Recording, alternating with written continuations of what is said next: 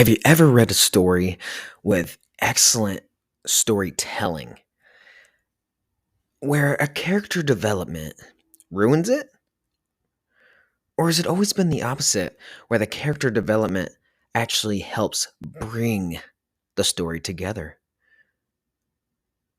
Because the social media warriors are all over this idea concept that if a character is gay or bi, that it ruins the story and the storytelling is dead.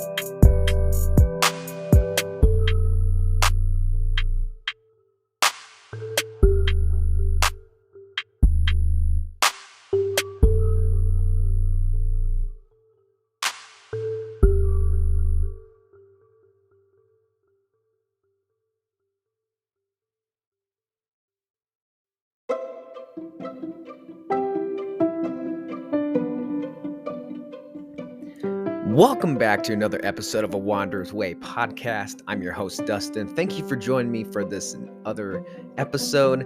And today we are going to speak about storytelling and character development within comics and anime, books, everything that you can possibly think of all together.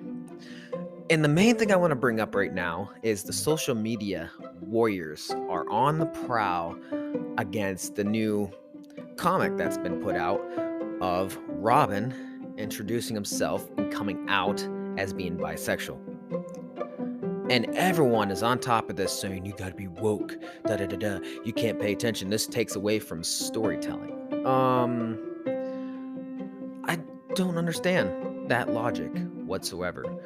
Because when you really read a story, the storytelling, I don't see as storytelling being completely destroyed by character development. Now, the character himself within the story could be bland or boring, or be put off, and especially if it's a main character, it can ruin the story in a way.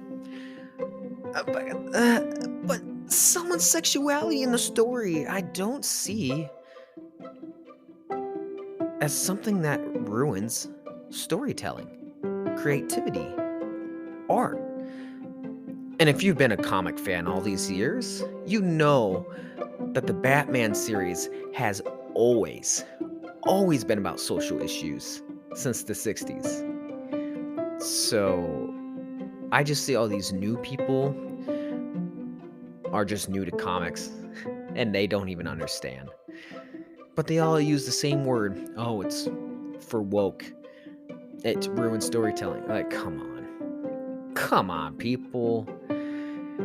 A character development of their sexuality or the way they look or how they are does not really destroy the entire storyline. Like I said, it can just ruin the character themselves based on how they are. But really, here's a question for you all. Who the hell actually thought that Robin was straight this entire time? Because me as a kid knew that Robin was somewhere different. So, I'm just saying. I don't care what anyone says. Like, who cares? Who really cares if a character within a story is gay, straight, or bi? Seriously. Let it be. Look at the story. Look at who that person is. And really, it makes sense with Robin, who he has been. And, obviously, there's someone new that's playing Robin. it's not the same as before. We've gone through what, 3? Is that what it is? Can't quite remember, but yeah, many different Robins.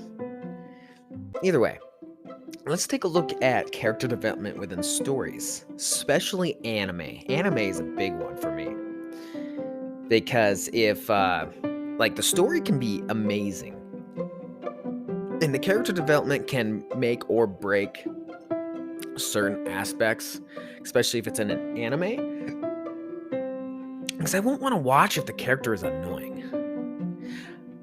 It doesn't ruin the storyline. Like, the storyline can be amazing, but for me to pay attention to it, see, I can go to a manga and actually read it with a make-break concept of the story. But when it comes to anime, it's a lot different because now you have the voice acting in there too. You don't have to like the character in the manga, but you can appreciate the story and you can hear the different voices in your head when you're reading it. And then you transfer it to anime format, and that's when things I feel, are much more difficult than a manga. Plus the fact that some things are always usually taken out of mangas, except Parasite. Just throwing it out there. But if you have a character that is not developed properly, he can be very bland. And you really don't want your main character to be bland. Like, it won't ruin the storyline, but it will ruin the entire story, as in the whole concept of the whole thing. Like, if you don't love the main character, you just can't get into wanting to finish it, and you won't even like it. Even if you agree and enjoy the storyline, it's definitely not going to be something that you want to rewatch, you want to reread, or anything like that. And I'm about to really piss off a lot of people right now, because mainstream anime, especially Americans, so if this is outside of America, it's not the same. Like, a little bit here and there, but America seems to be bigger in the mainstream area of anime, which I am not a fan of. Like Shonen Jump, no. Like, there's a few that I'll watch. I'm still waiting for Bleach because the new season is here, if you haven't realized yet. Even though it's been delayed all this time because of COVID. Yay. But yes, for me, Naruto, no, I'm not a fan. Like, I played the games and I absolutely love the video games. I've read the manga, I enjoy the manga, so I know the story, I know of everything. The anime itself, I fucking hate. And that is because of Naruto. His voice is fucking obnoxiously annoying, and I don't like him. I love his history and his background, and I love where he gets to in the story. So yes, I have watched everything. Doesn't mean that I enjoy him. And I could not get into Boruto. I think it's like 10 times worse. See, it's for me, I do not like the main characters. I do not. Now, see, if you're dropping to, I'm just going to stick on mainstream anime just for my fellow Americans here that aren't really into anime, but they're only into mainstream crap, so it's not all crap, but yeah. So let's go with another popular one, Dragon Ball. So, I love the original Dragon Ball. It was fantastic, and Goku as the main character was fantastic. And then you get the Dragon Ball Z, still fantastic. But there is a little annoyance with Goku, and to me, I think he's bland. I love the way they portrayed him when he got pissed off and wanted to save his friends and family and stuff. But his childishness, and I understand that's the biggest concept of who Goku is. It's just, drives me. I just don't like, I don't know. I don't like the innocence. I hate innocence, I guess, because it's just not realistic.